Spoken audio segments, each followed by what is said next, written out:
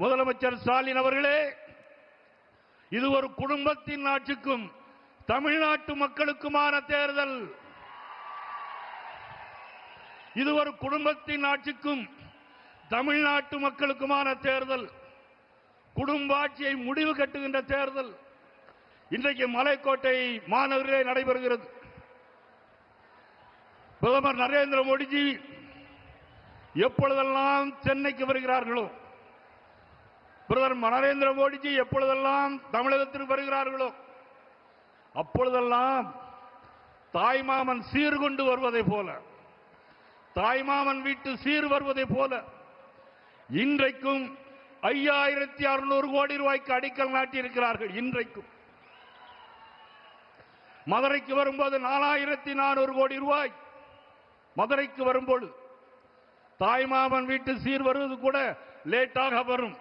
ஆனால் எங்கள் பாரத பிரதமர் நரேந்திர மோடி அவருடைய சீர் இன்றைக்கு தமிழகத்திற்கு வந்து கொண்டே இருக்கிறது.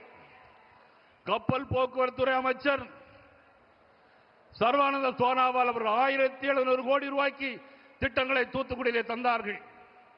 2025ஆம் ஆண்டு எங்களது பாரத நரேந்திர மோடி அவர்கள் தூத்துக்குடிக்கு வந்து 5000 கோடி ரூபாய்க்கு துறைமுக திட்டங்களை தந்தார்கள். யார் தந்தது? பிரதமர் நரேந்திர மோடி தந்தது. யாருக்காக தந்தது? தமிழக மக்களுக்காக தந்தார். மலேசியா நாட்டுக்கு போனாலும் தமிழை பற்றி பேசுகிறார். எங்கு போனாலும் தமிழ் கலாச்சாரம் பண்பாடை பற்றி பேசுகின்ற மாபெரும் தலைவர் நரேந்திர மோடி அவர்கள் இன்றைக்கும் 5200 கோடி ரூபாய் தந்திருக்கிறார். முதலமைச்சர் ஸ்டாலின் கேட்கிறார், என்ன கொடுத்தார்கள்? என்ன கொடுத்தார்கள்? கடந்த காங்கிரஸ் திமுக ஆட்சி மத்தியில் இருந்ததை காட்டிலும் 14 லட்சம் கோடி ரூபாய் தமிழக தந்த மாபெரும் தலைவர் நரேந்திர மோடிஜி அவர்கள் 14 லட்சம் கோடி ரூபாய் தந்தது நமது பிரதமர் நரேந்திர மோடி அவர்கள் மறுக்க முடியுமா? அது மட்டுமல்ல, இன்னைக்கு ஸ்டாலின் கூட்டத்திலே பேசியிருக்கிறார்கள்.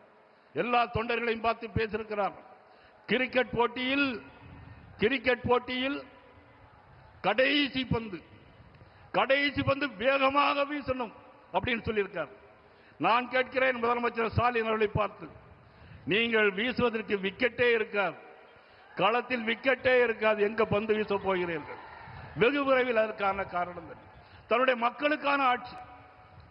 நேற்று நாளை ஒரு சினிமாவில் புரட்சியில் எம்ஜிஆர் பாடுவார், தெரு தெருவாய் கூட்டுவது பொதுநல தொண்டு, ஊரார் தெரிந்து கொள்ள படம் பிடித்தார் சுயநலம் உண்டு, மக்கள் நலம் என்றே சொல்லுவார், தம் மக்கள் நலம் ஒன்றேதான் மனதில் கொள்ளுவார். தம் மக்கள் நலம் ஒன்றேதான் மனதில் கொள்வார். அவருடைய ஆட்சியை வீட்டுக்கு அனுப்ப வேண்டும். தேசிய ஜனநாயக கூட்டணி ஆட்சி மலர வேண்டும். வெல்க தமிழ்நாடு, வாழ்க பாரதம், வளர்க தமிழ். நன்றி, வணக்கம்.